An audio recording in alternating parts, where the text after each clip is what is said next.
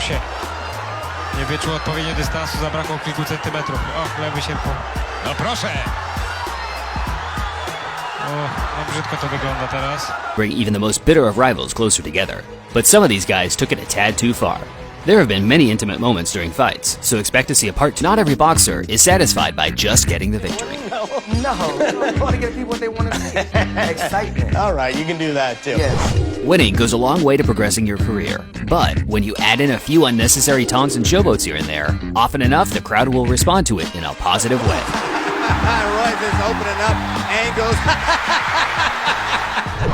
There have been countless showmen in the combat sports industry, dating right back to the ancient times when gladiators would go to extremes to win the glory of the fans. On the contrary, some fighters today kind of miss the fine line between entertainment and humiliation. It's all good adding a bit of spice to the bout, but never mock a man that is down and defeated. That's just plain wrong. And the fight has been stopped. Fonseca unable to answer the 10 count. Welcome back to another Top 20 Countdown here on Boxing Legends TV. Today we'll be taking a look at some of the most iconic showboating moments from the sport of boxing as this series progresses. Roy Jones Jr. is a man who will take up many places as this series progresses. Not very often do fans get on his back for the way he toyed and dismantled his opponents back in his prime, probably due to the fact he was a very hard person to dislike in general. His match against David Telesco in January of 2000 was just typical Roy being Roy, having fun and entertaining the crowd. Keep attacking. Attack. Roy Jones saying, go ahead, come into the corner and get me. Trying to bait the opponent into opening himself up so that he can answer him. Come on in here and fight, he's saying to Telesco. Nah, you can't hit me. Believe it or not, Christy Martin, seen on the right, is regarded as one of the greatest female boxers of all time. Hard to believe with that physique, I know, but this was her competing way past her best. In fact, it's her very last fight. In the closing seconds of the 10th and final round, Martin proved it was going to take a lot more than just a few taps to get her down. By outlanding Martin, who finished the fight with her hands down. After the fight, both announced that they are hanging up the gloves.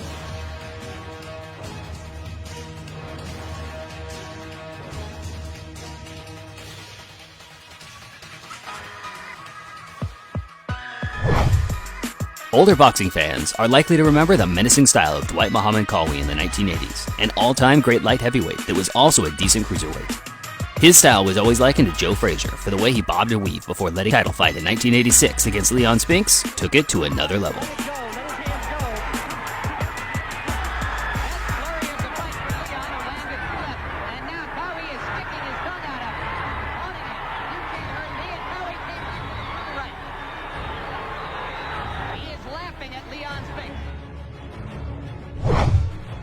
Mike Tyson wasn't one for showboating during his rise in the mid-80s, but one fighter he really didn't like was Mitch Blood Green.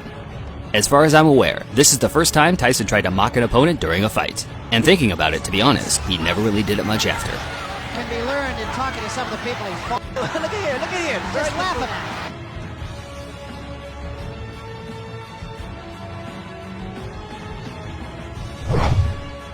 I hope you didn't think we were going to miss out on some epic fails, because let's be honest, that's what most people like to see when it comes to showboating videos. Nate Campbell's act of idiocracy in his 2004 clash with Robbie Payton is the sole reason referees tell you to protect yourself at all times before the bout starts.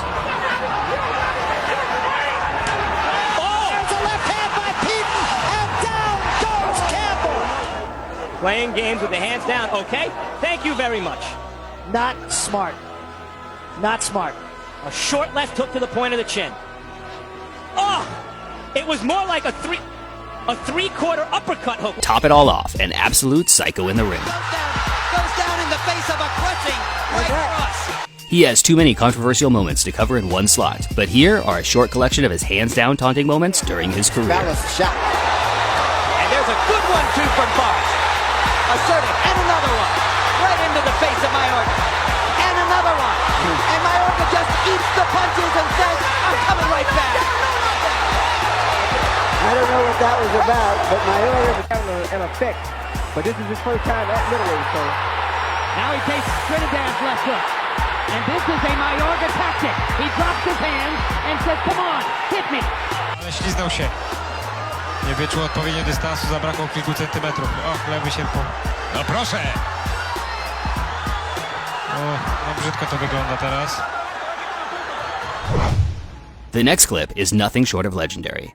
I wish I knew the name of the men fighting because I'm pretty sure this is a professional bout. But check out how the older man reacts as the crowd starts to chant at him over his weight.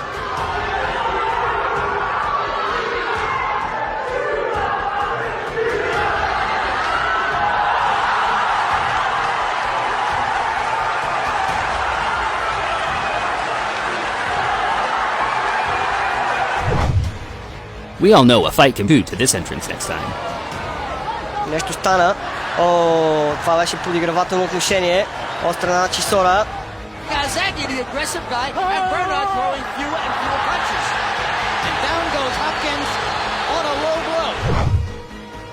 Not really showboating as such, but hilarious nonetheless. Holly Malinagi's outrageous hair malfunction in his 2008 bout with Lovemore Endo left his corner with no option but to cut it off during the actual fight itself. But I hope it's not a case of hair today, title gone tomorrow.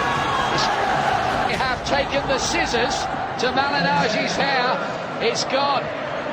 Drastic situations require drastic measures. Before you start refreshing the page, wondering if your computer has crashed, just know that DeMarcus Corley and Junior Witter's mid-fight standoff had live viewers banging the TV to see whether it was some sort of malfunction.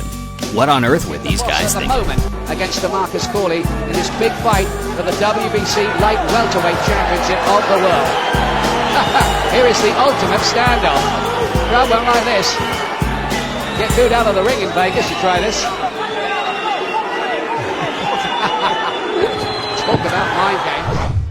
There have been some insane ring entrances over the years, but no two fighters did it more consistently than Prince Naseem Hamed and Hector Macho Camacho. From flying carpets to Puerto Rican Captain Americas, these two knew how to put on a show before it even began.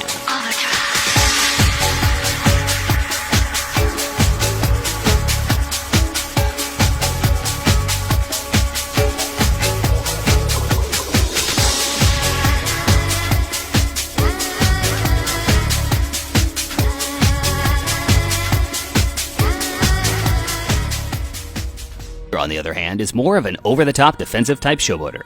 Sure, he does the cringeworthy staring as well, but he prefers to break a fighter's will in the ring with his calculated defensive slips and shuffles.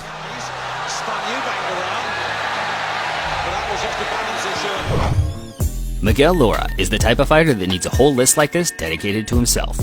The former WBC bantamweight champion was in a league of his own when it came to defensive slips and reaction times. The fight that really stood out to me was in his first meeting with Alberto Davila in 1986. The footage is a bit grainy, but you can still see the amazing defense the man possessed.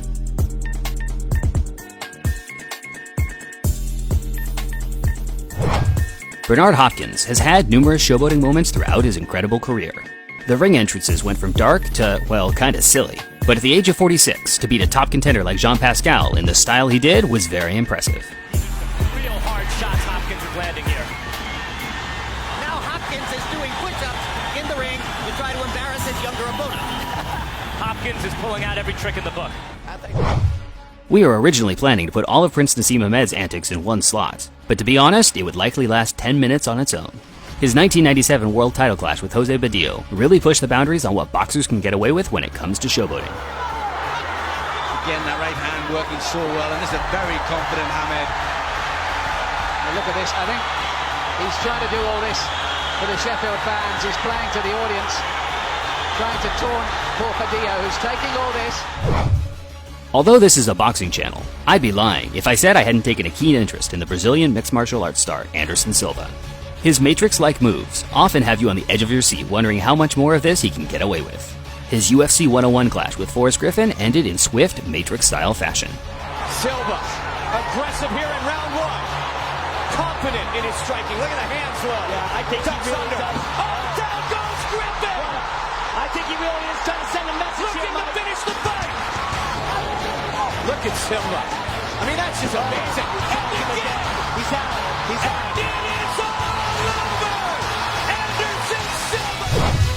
If Emmanuel Augustus's dancing moves can't put a smile on your face, then I don't know what will. He's a recently retired journeyman who had a record of 38 wins and 34 losses. But don't let the numbers fool you. His October of 2000 clash with pretty boy Floyd Mayweather is regarded by many as one of, if not the hardest fight of the pound-for-pound star's career. The dancing came real natural to Emmanuel during fights. 1 minute he's brawling, and the next doing a bit of samba. Legendary stuff by a legendary showman. I actually got my dude telling like, why'd I do this? Now here's Augustus with the showboating and a left uppercut that comes in, and this is what he just loves to do, the stylist. Well, let's talk about what this can do. This can do a couple of things. One, it can definitely distract his opponent. Although his opponent, Ray Oliveira, a guy who's fought for the world title, the IBF junior welterweight world title, and has fought 7 current